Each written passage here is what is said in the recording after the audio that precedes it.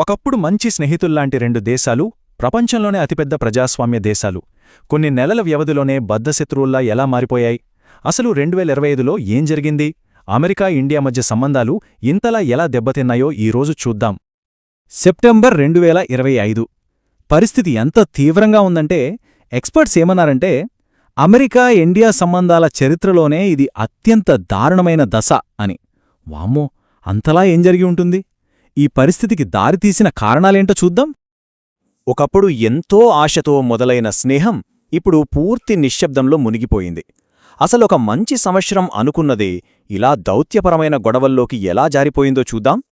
So, September 2025 నాటికి పరిస్థితి ఎలా ఉందంటే, మాటల్లేవు, మాట్లాడుకోవడాల్లేవు. దౌత్య సంబంధాలు పూర్తిగా ఫ్రీజైపోయాయి. ఇక డిఫెన్స్ డీల్స్, సహకారం అవన్నీ ఆగిపోయాయి.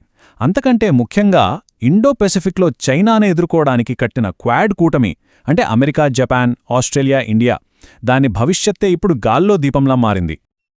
కానీ కథ ఎప్పుడూ ఇలా లేదు. ఇప్పుడున్న ఈ గొడవలకి కొన్ని నెలల ముందు పరిస్థితి పూర్తిగా వేరు. అంతా ఎంతో పాజిటివ్గా ఉండేది. పదండి, టైంలో కొంచెం వెనక్కి వెళ్దాం, ఆ మంచి రోజుల్ని ఒకసారి గుర్తుచేసుకుందాం.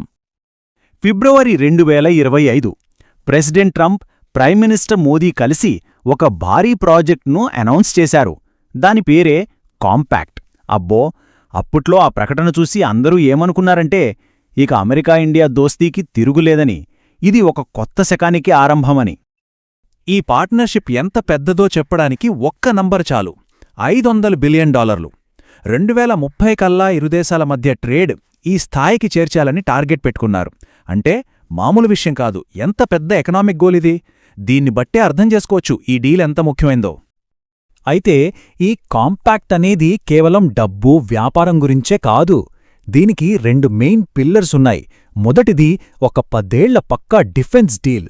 రెండవది మనమిందాక చెప్పుకున్న $500 బిలియన్ ట్రేడ్ టార్గెట్. ఒకటి సెక్యూరిటీ, ఇంకొకటి ఎకానమీ. ఈ రెండు కలిస్తేనే ఈ బంధం బలంగా ఉంటుందని ప్లాన్. కాని అంతా బాగుందనుకున్న ఈ కల ఎక్కువ రోజుల్లో నిలవలేదు. చాలా ఫాస్ట్గా సీన్ రివర్స్ అయింది. రెండు దేశాల మధ్య పెద్ద వాణిజ్య యుద్ధమే మొదలైంది. అసలు ఇంత మంచి ప్లాన్ ఎలా బెడిసికొట్టిందో, ఆ గొడవకు కారణాలేంటో ఇప్పుడు చూద్దాం. అమెరికా వైపు నుంచి వచ్చిన కంప్లైంట్సు రెండు. ఒకటి, ఇండియా ఇంకా రష్యా దగ్గర ఆయిల్ కొనడం వాళ్లకు అస్సలు నచ్చలేదు.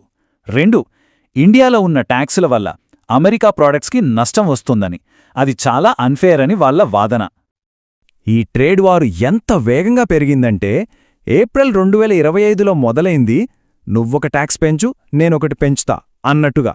ఆగస్టు వచ్చేసరికి, అంటే జస్ట్ 4 నెలల్లో టారిఫ్లు ఏకంగా 50% పెరిగిపోయాయి. ఇది మామూలు గొడవ కాదు, ఒక పెద్ద ఆర్థిక యుద్ధంలా మారిపోయింది. సరే, మాట్లాడుకుని సెటిల్ చేసుకుందామనుకున్నారు. కాని ఎక్కడ తేడా కొట్టిందంటే, ఇండియా అంది, సరే మీ ఇండస్ట్రియల్ గూడ్స్పై మేం 0 టారిఫ్ వేస్తామని. కాని అమెరికా మాత్రం, లేదు, మా అగ్రికల్చరల్ ప్రాడక్ట్స్కు కూడా మీరు రాయితీలివ్వాల్సిందే అని పట్టుబట్టింది. అక్కడే ఆ ఒక్క పాయింట్ దగ్గరే చర్చలాగిపోయాయి. డెడ్లాక్. దీంతో ఇండియా కూడా గట్టిగానే స్పందించింది. అమెరికా పెంచిన టారిఫ్లపై ఇండియా గవర్నమెంట్ ఏమందంటే, ఇది అన్యాయం, అనవసరం, అసలిందులో అర్థమే లేదు అని చాలా ఘాటుగా విమర్శించింది. సరే, అమెరికా ఇలా ఒత్తిడి తెస్తుంటే ఇండియా ఏం చేసింది? ఊరుకుందా? లేదు. ఇక్కడే ఇండియా ఒక పెద్ద స్ట్రాటజిక్ టర్న్ తీసుకుంది. ఇది వాళ్ల ఫారెన్ పాలసీలోనే ఒక కీ మూమెంట్. అమెరికాతో టెన్షన్ స్పీక్స్లో ఉన్న టైంలో ప్రధాని మోదీ ఒక మాస్టర్ స్ట్రోక్ వేశారు. ఆయన నేరుగా షాంఘై కోఆపరేషన్ ఆర్గనైజేషన్, అంటే SCO సమ్మిట్కి వెళ్లారు. అక్కడ ఎవరితో కనిపించారనుకుంటున్నారు? Russia president Putin, China president Xi జిన్పింగ్తో. ఇది అమెరికాకి ఒక పెద్ద షాక్. సో ఈ ఒక్క విజిట్తో ఇండియా ప్రపంచానికి ఏం చెప్పాలనుకుందంటే, 1, ఎవరి ప్రెజర్కి మేం తలొగ్గేది లేదు. 2, మా ఫారిన్ పాలసీ మా ఇష్టం, అది ఇండిపెండెంట్. 3, అవసరమైతే మేం రష్యా, చైనా లాంటి దేశాలతో కూడా మా సంబంధాలను బలోపేతం చేసుకుంటాం. ఇది చాలా పవర్ఫుల్ మెసేజ్. ఇండియా తీసుకున్న ఈ స్టెప్ అమెరికాలోనే పెద్ద చర్చకు దారితీసింది. అక్కడి కాంగ్రెస్మెన్ రో ఖన్నా ఏమన్నారంటే, ట్రంప్ తీసుకుంటున్న ఈ నిర్ణయాల వల్లే ఇండియా రష్యా, చైనాల వైపు వెళ్తోంది అని ఓపెన్గా హెచ్చరించారు. సరే, ఈ గొడవలన్నీ జరిగాయి. మరి దీని ఎఫెక్ట్ ఏంటి? ప్రపంచ రాజకీయాల్లో ఇండియా పాత్ర ఎలా మారబోతోంది? అసలిదొక కొత్త వరల్డ్ ఆర్డర్కు దారితీస్తుందా? ఈ విషయాలను చూస్తూ ఈ విశ్లేషణను ముగిద్దాం. ఈ పెద్ద రాజకీయ గొడవల్లో నలిగిపోయింది సామాన్యులు. ఇక్కడొక షాకింగ్ నంబరుంది. ఈ టెన్షన్స్ పెరిగాక అమెరికా ప్రతిరోజూ సగటున 8 మంది ఇండియన్ సిటిజన్స్ను వెనక్కి పంపించడం మొదలుపెట్టింది.